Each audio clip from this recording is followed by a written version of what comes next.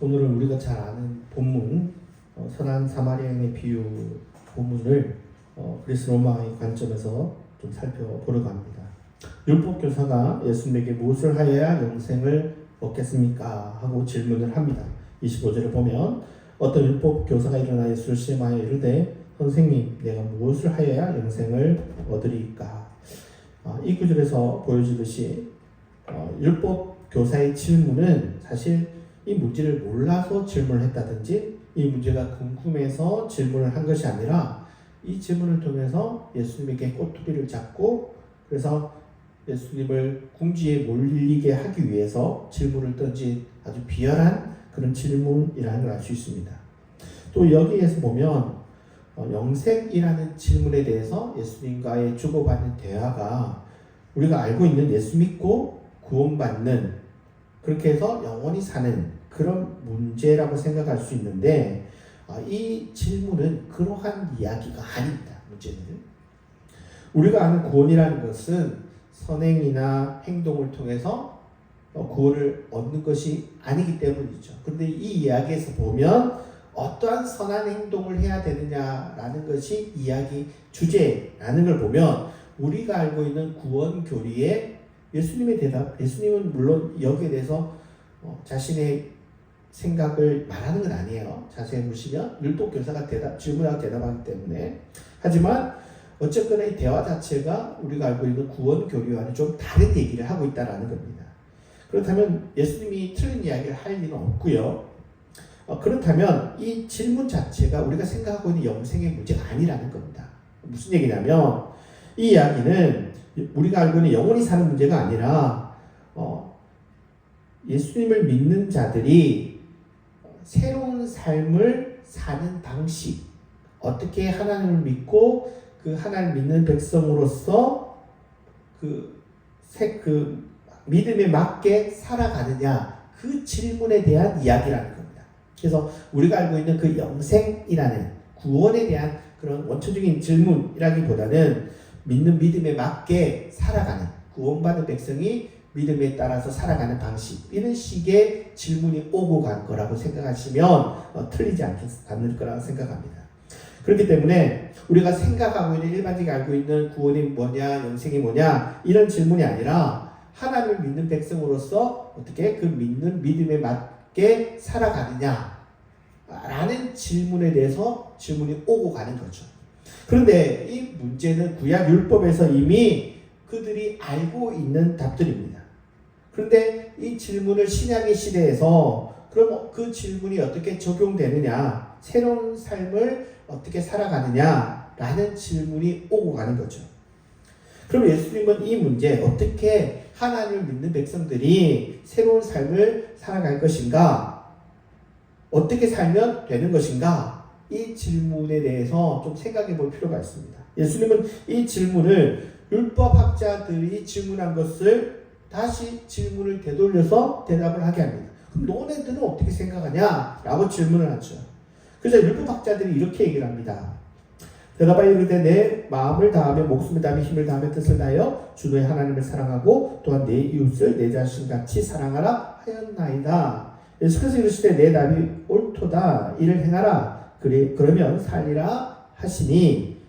그러니까 이 이야기에 오고 간 얘기들이 율법학자들이 질문하고 예수님이 대답한 것이 아니라 율법학자들이 질문하고 율법학자들이 대답한 겁니다. 예수님은 그래 네 말이 맞다 참 잘했다 그렇게 행하면 되겠네 라고 맞장구를 쳐준 거죠. 그때 다시 이들이 질문을 합니다. 그 사람이 자기를 옳게 보이려고 예수께 여짜오되 그러면 내 이웃이 누구니까? 그러니까 여기서 이들이 진짜 속내가 드러나는 겁니다. 진짜 질문이 있습니다. 앞에 어떻게 그 영생의 질문이 어떻게 되느냐 이 얘기보다도 지금 더 압축해서 이 질문인 거죠. 지금 이 질문은 이웃이 누구냐라는 질문을 통해서 예수님을 함정에 빠뜨리기 위한 질문이라는 겁니다. 그러니까 예수님의 이웃 사랑의 질문에 대해서 이웃으로 삼을 수 없는 사람, 그런 사람이 분명히 있을 것인데 이 대답에 대해서 예수님이 어떠한 대답을 내놓든 간에 이거는 궁지에 몰 수 있는, 그러니까 어떠한 대답도 다 답이 될 수 없는 함정 질문이라는 것입니다. 먼저 이것을 이해하기 위해서는 구약에서 이웃이 누구인가를 좀 살펴보고 그들이 알고 있는 율법에서 뭐라고 얘기하는가 살펴볼 필요가 있습니다. 구약에서 보면 이웃은 레위기 19장 18절과 34절에서 다릅니다. 첫 번째는요. 19장 18절을 보시면 원수를 갚지 말고 동포를 원망하지 말며 내 이웃 사랑하기를 내 자신과 같이 사랑하라. 나는 여호와니라. 여기서 말하는 이웃은 자기 나라 동포 이스라엘 백성을 가리킵니다. 그러니까 자기 민족이죠. 자기 민족이 1순위입니다. 우리나라는요. 이웃이라는 개념이 가까이 지내는 사람 그리고 내 주변 사람 나하고 친근하게 지내는 친구들을 이웃이라고 얘기할 수 있죠. 예전에는 좀 더 그 이웃이라는 반경이 좀 더 넓어서 동네 사람들도 이웃이기도 했습니다. 그러니까 이런 이웃의 범주를 이야기하는 게 아니라 유대인들에게는 그냥 자기 민족은 다 이웃이 되는 겁니다. 우리보다 훨씬 더 범주가 넓은 거죠. 그런데 이 이웃의 범주를 더 넓혀주는 구절이 하나 더 있습니다. 34절입니다. 너희와 함께 있는 거류민을 너희 중에서 나은 자같이 여기며 자기같이 사랑하라. 너희도 애굽 땅에서 거류민이 되었느니라. 나는 너희 하나님 여호와니라.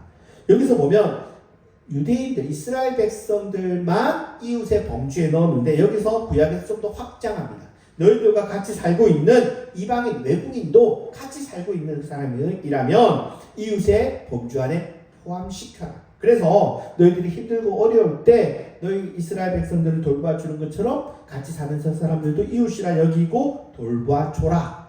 이렇게 함으로써 이웃의 범위를 넓힌 거죠. 문제는 1세기입니다.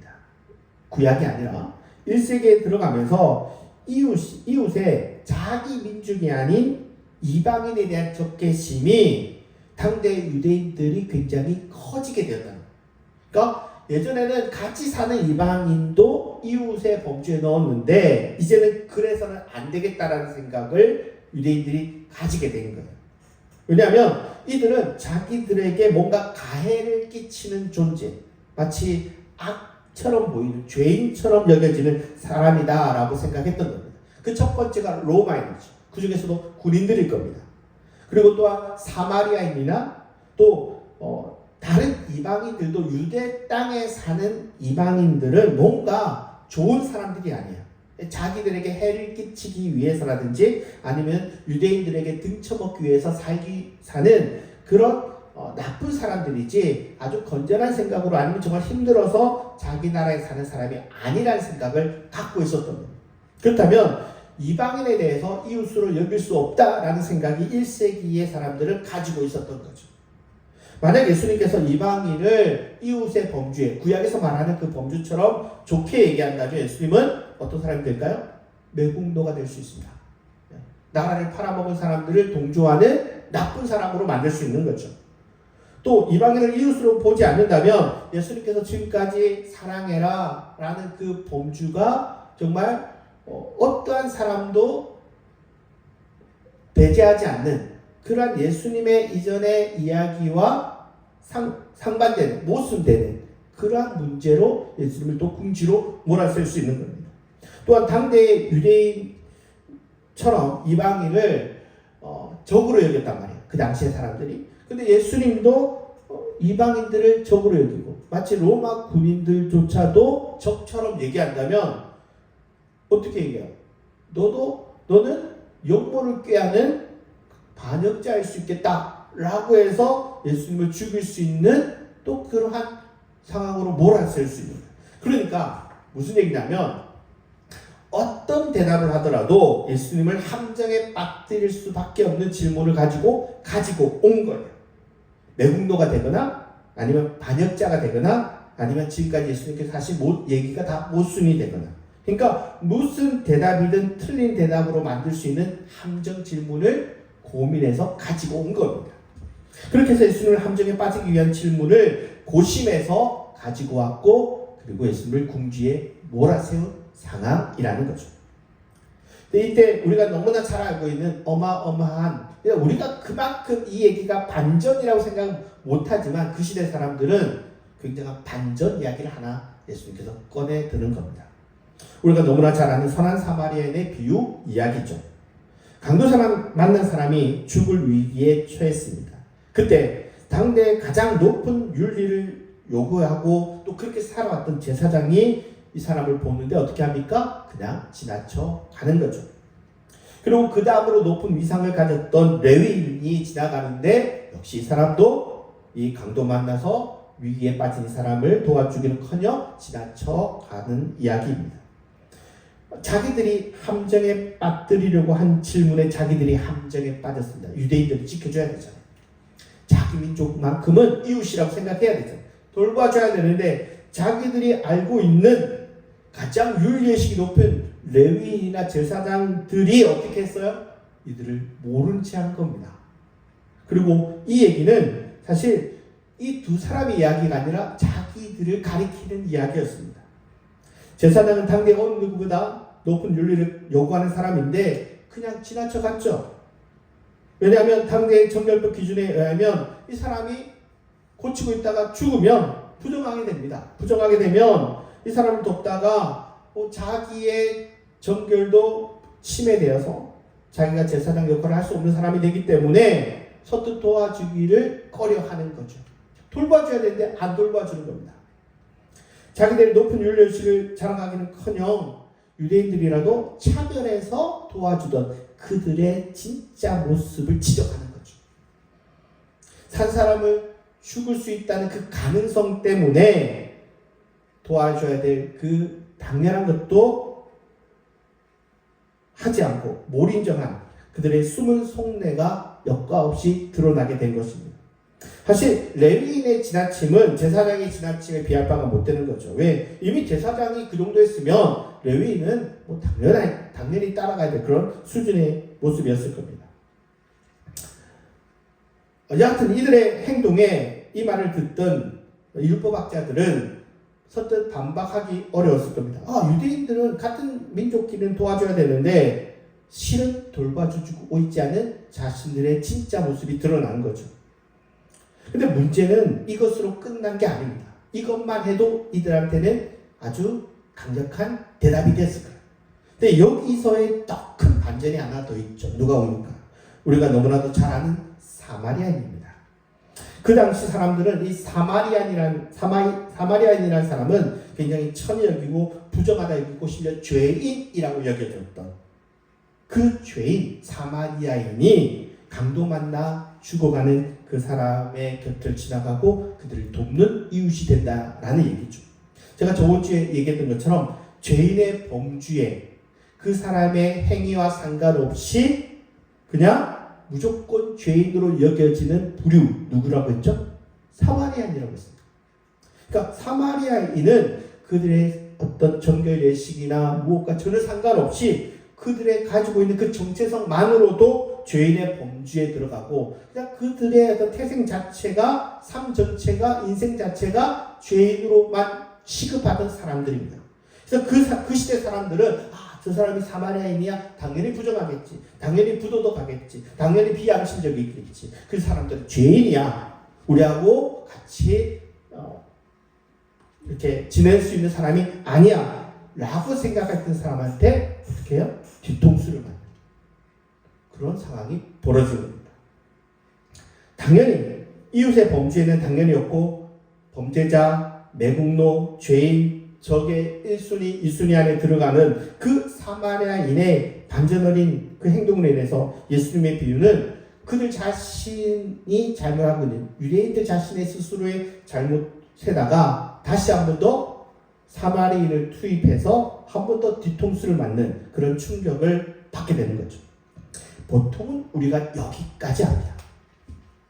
예수님의 반전이 이렇게 해서 당대 율법학자들이나 당대 유대인들이 생각했던 죄인과 부정한 자 심지어 적으로 여겼던 그 사마리아인이라는 인물을 통해서 충격요법을 가했다. 여기까지가 우리가 아는 얘기입니다. 그런데 여기에 우리가 몰랐던 또 다른 사마리아인이 있다는 겁니다. 여기에요. 이 비유 가운데 사마리아인만큼 악명 높은 사람이 한 명 더 있다는 겁니다. 그럼 누굴까요? 요한 주입니다. 제가 그리스 로마 사회를 얘기하면서 그리스 로마 사회의 가장 위험한 것 중에 하나가 여관이라고 했던 것을 혹시나 기억하실지 모르겠습니다. 그리고 1세기에 관련해서 공부를 하다 보면 여관은 가장 위험한 곳입니다. 여관이라는 것은 먼 길을 여행하는 사람들이 머물 수 있는 곳으로 숙소와 음식을 제공하는 곳으로 알고 있지만 이것보다 더 높은 악명이 하나 더 있습니다. 첫 번째는요. 여기는요. 기본적으로 성매매가 활발히 이루어지는 곳입니다. 오랜 기간 남성들이 이 무역을 하면서 어떤 남성의 그 욕구를 풀지 못하는 사람들에게 성접대를 할 수 있는 곳으로 이 요관들이 대부분이 되어 있습니다. 그래서 2층에는 여인들이 그런 성적인 접대를 제공하는 것이 일반적이었고요. 그래서 유대인들의 눈에는 이 요관이라는 곳 자체가 굉장히 부정적인 곳이었습니다. 두 번째가 부재죠. 이들이 마냥 어떤 그들에게 서비스를 제공하는 것이 아니라 인신매매를 해서 노예를 팔아넘기는 일에 굉장히 많은 여관 주인이 동조했다라는 겁니다. 1세기 사회에서는요, 항상 노예가 부족했습니다. 아무리 많은 노예를 만들어도 여전히 노예가 부족했습니다. 그럼 어떻게 했습니까? 납치나 인신매매가 종종 이루어졌습니다. 그 인신매매가 이루어지는 가장 높은 순위, 거의 1순위 안에 들어가는 곳이 어디냐? 요관이었다.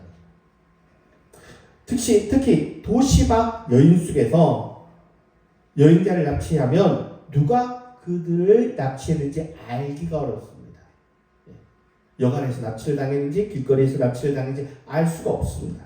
그래서 불량배가 짜고 숙박 손님을 납치해서 노예로 파는 일이 아주 비일비재하게 아주 빈번하게 일어나던 곳이 여관이었습니다. 그래서 로마 사회에서 가장 악명 높은 곳이 여관이었습니다. 우리 생각에 이거 뭐 숙소인데 돈을 지불하고 하는 곳인데 이렇게 위험을 누가 거기에 이렇게 여관을 가겠어 라고 생각하지만 그렇지 않습니다. 많은 사람들이 이용할 수밖에 없는데 그럼에도 불구하고 고대 사회에서 가장 위험한 곳 1순위가 바로 여관이었다는 겁니다. 그래서 많은 여행객들은 먼 길을 갈 때 도둑의 신이자 또 여행자들을 도와주던 신이었던 메르쿠리우스에게 제물을 바치면서 납치당하지 않고 잘 돌아올 수 있도록 기도했던 것. 그리고 그럴 때마다 보호해줘야 될 그 여관이 오히려 그들에게 뒤통수를 치고 위험한 곳으로 여겨졌던 곳이 바로 1세기의 로마 사회였습니다. 아무리 납치범에 대해서 강력한 제재를 가해도 납치범들이 근절되지 않습니다. 왜냐하면 노예의 가격이 비싸기 때문에 그 위험을 감수할 수 있는 거죠. 왜? 당장 먹고 살 일이 힘드니까. 그런 일을 통해서 돈벌이로 이용하는 겁니다. 또한 도시에서 멀리 떨어진 곳이면 곳일수록 이 여행객들의 납치는 이들의 범죄를 밝히기가 어려워요. 제가 늘 얘기하지만 로마 사회는 경찰이 없던 시대입니다. 그러다 보니까 이러한 범법들을 누구가 국가에서 이들을 찾아내는 게 쉽지가 않습니다. 대부분은 개인이 해야 되는 거예요. 그래서 가장이 납치되거나 하면 그들을 찾아낼 길이 없는 거죠. 그래서 죄인으로 여겨지는 직업군에 항상 들어가는 직업군 중 하나가 바로 여관이었습니다. 여관 주인이었습니다. 그런데 예수님이 이 이야기에서 반전을 보여주는 인물이 누구냐? 바로 여관 주인입니다. 당대 가장 부정한 사람이라고 여겨지는 이 부도덕하고 불의하고 범죄의 어떤 어찌 보면 수장일 수도 있는 이 사람이 어떤 행동을 하느냐? 사마리아인이 강도를 도와주는 것도 정말 깜짝 놀랄 일인데 이 사람이 여관으로 데려가서 이 부상자를 여관에게 맡기고 여관 주인에게 2 데나리온을 지불한 뒤 추가 비용이 들면 갚겠다라고 약속을 합니다. 일회성 자비라기보다는 지속적인 자비의 실천의 자세를 보여준 거죠. 그런데 놀라운 점은 여관 주인이 이 선한 사마리아인의 그 선한 행동에 동참을 할 수밖에 없는 구조라는 겁니다. 왜냐하면 2 데나리온은 이틀치 임금밖에 되지 않습니다. 사마리아인이 정말 10데나리온을 줬다든지 20데나리온을 줬다면 그 말이 일리가 있습니다. 그러나 이 사람이 준 돈은 단 이틀치의 임금밖에 되지 않습니다. 당대 여관비를 제가 잘 모르겠습니다. 이렇게 나오지는 않은 것 같습니다. 그러나 얼추 생각해 보면 여관비와 식사비, 심지어 치료비까지 생각해 본다면 이 돈으로 이틀치 이상의 비용을 감당할 수 있기는 어렵다라는 것을 금세 알 수 있는 것입니다. 그런데 여관 주인은 사마리아인이 보낸 돈과 약속을 믿고 추가 비용이 발생할 가능성이 100%이죠. 그럼에도 불구하고 그 위험과 또 손해를 감수하면서 이 환자를 받고 있다는 겁니다. 지금 예수님은 이 선행의 협력자로 단순히 선한 이 사마리아인만 이야기하는 것이 아니라 당대에 부도덕하고 위험했던 그 여관 주인까지도 소급해서 이 둘이가 선한 행동의 협력자로 함께 일하고 있다라는 것을 이야기하고 있는 겁니다. 그러니까 당대 유대인들에게는 또 당대 로마인들에게는 아주 충격적인 반전 이야기를 하고 있는 거죠. 그들이 생각할 때 부도덕하고 악한 이들은 더하면 되겠지 결국 선한 행동을 할 것으로 생각 못한 것일 겁니다. 당대의 유대인들은요, 이 이야기를 들었을 때 반전이네라고 생각할 수 있는 인물은 누구예요? 사마리아인입니다. 그러나 이 이야기를 듣고 있던 로마인들은 사마리아인이 어떤 사람인지 모르죠. 그죠? 그냥 자기와 비슷한 민족이 돕나 보다 라고 생각할 수 있습니다. 그런데 이들에게는, 당대의 독자들에게는 누가 반전의 인물입니까? 여관 주인. 그들이 생각하는 가장 악명 높은 선한 그 여관 주인이 돕는단 말이야?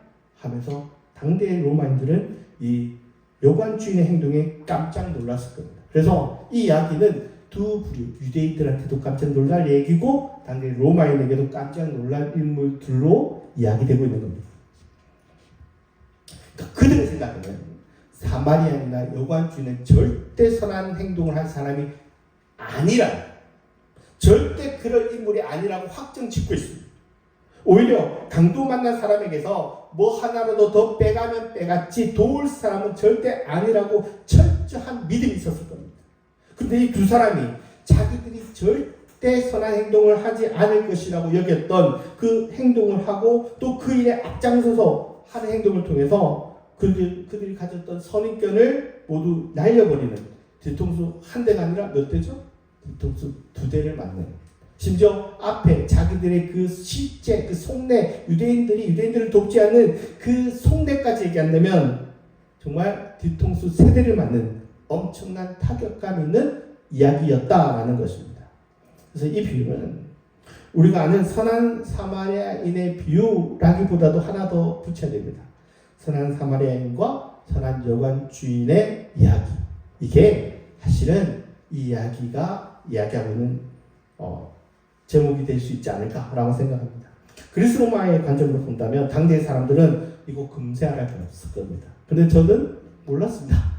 저는 여관주인 공부했어도 이게 이렇게 엮어지는 저도 잘 몰랐습니다.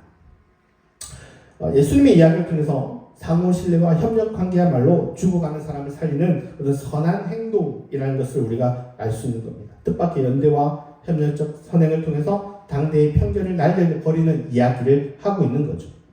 다시 한번 오늘 이야기에 들어가면 하나님의 나라의 백성에 걸맞게 사는 행동은 어떤 거냐? 첫 번째는 예수님의 이야기에서 그들이 배제되었던 사마리아인과 여관 주인 같은 죄인들을 그들이 배제의 선에서 이제는 회복시켜야 됩니다.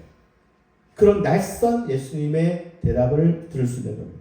그들이 철저히 배제했고 혐오했던, 심지어 예수님의 제자들도요, 사마리아인 지역을 가서 도움을 줬는데도 그들의 반응이 시원찮자 어떻게 얘기합니까? 불을 내려서 이 사마리아인들을 다 멸해달라라고 하는 그 선입견들이 가득했다는 걸 알 수 있습니다.